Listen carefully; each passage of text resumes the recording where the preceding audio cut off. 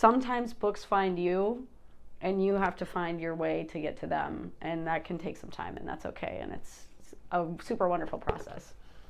So that's why I hang on to so many books, okay? It's not because I have a problem. It's because they found me, and I'm adopting them. Hey, everybody. Welcome to my channel. My name's Annie.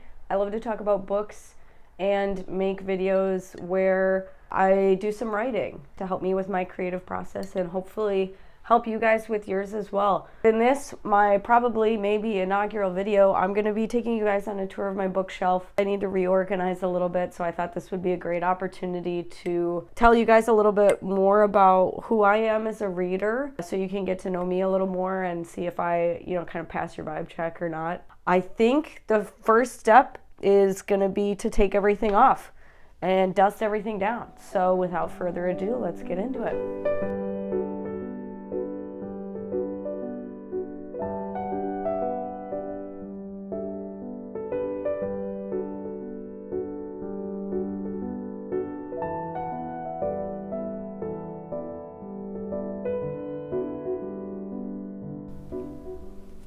All right, starting off here in the bottom left-hand corner is my nonfiction section. Notable call out here is my well-worn copy of Come As You Are, which is so well-worn because I lent it out to all my teammates on the women's tennis team in college so that we could all experience the benefits of having a, let's say, better time with our partners. Great book. Highly recommend.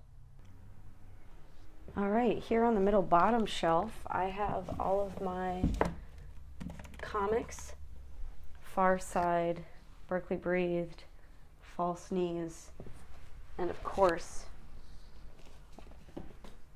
my giant pile of Calvin and Hobbes. So a little bit about how I organize. I am a fan of autobiographical. So the order that I read them or that they came into my life.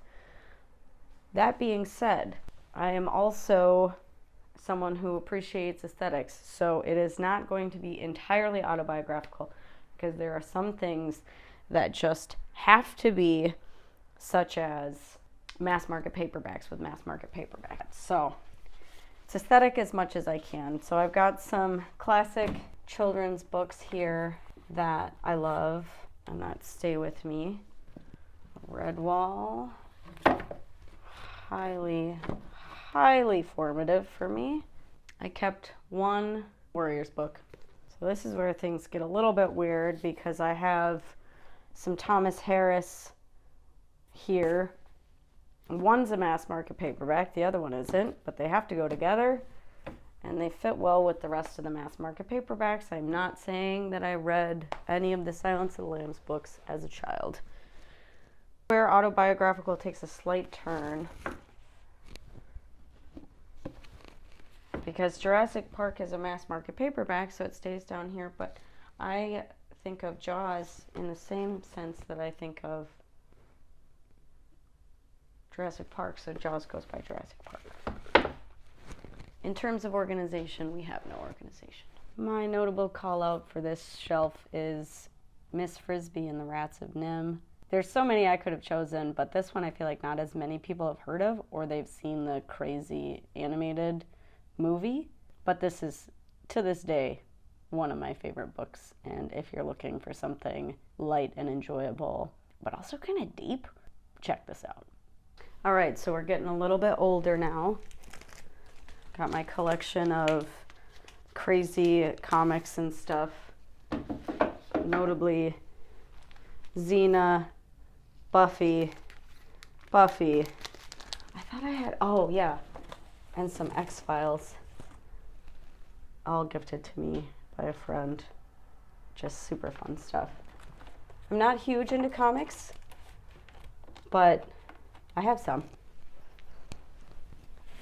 There's so much I could say about these books, but I'm gonna keep myself under control here. But I just want to shout out the Great Book of Amber. This is 10 books in one. It's kind of a mess, but super cool fantasy series and has one of the best introductions to a high fantasy world with kind of complex rules that I have ever read. So highly recommend. And kind of spinning off of that, I just read, at the behest of a friend of mine, Gardens of the Moon by Stephen Erickson, the first in the Malazan series.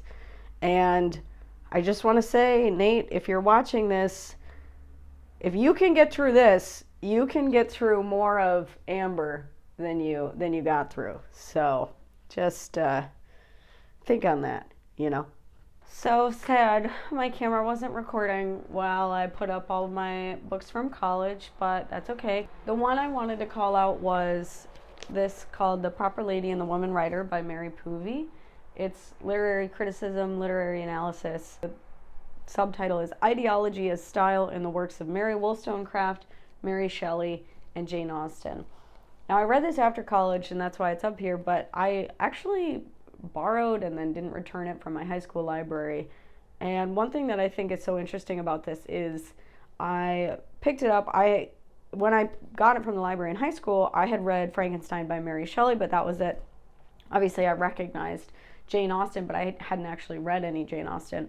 And I ended up reading all of Jane Austen in a class in college and absolutely just falling in love, as we all do. But what I think is so interesting about this is I picked it up and I held on to it for 8 years before I ended up reading it. But I held on to it because I knew that someday this would be exactly what I wanted to read and exactly what I needed. And I read it just this last winter, actually. So probably, yeah, like 8 or 10 years later.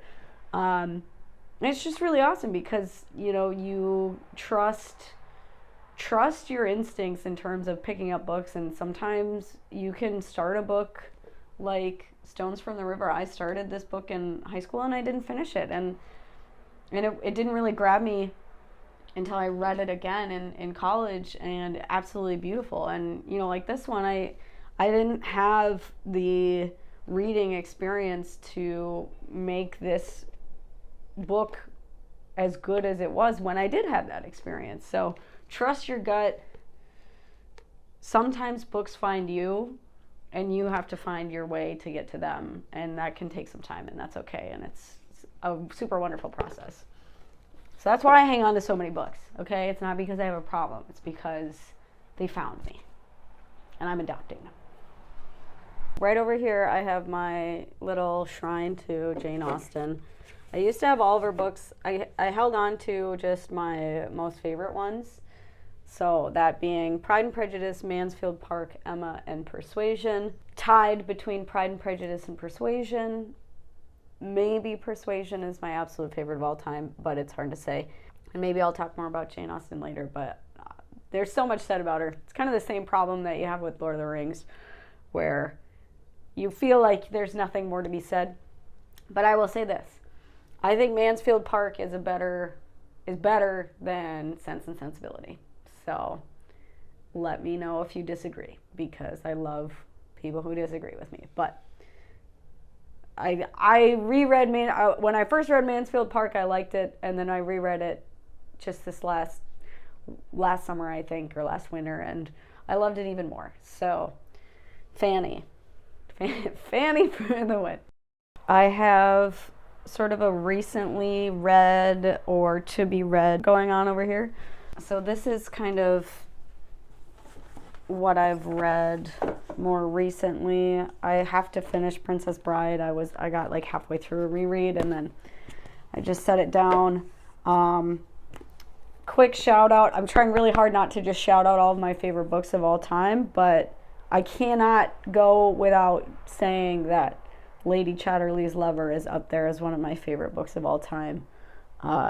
Easily the best D.H. Lawrence. Don't at me, I've only ever read like one other D.H. Lawrence, but super amazing. Highly recommend. Let's see here.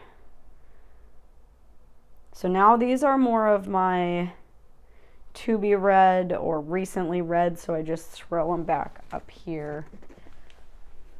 Books. The last book I finished actually was Phantom of the Opera. It was okay.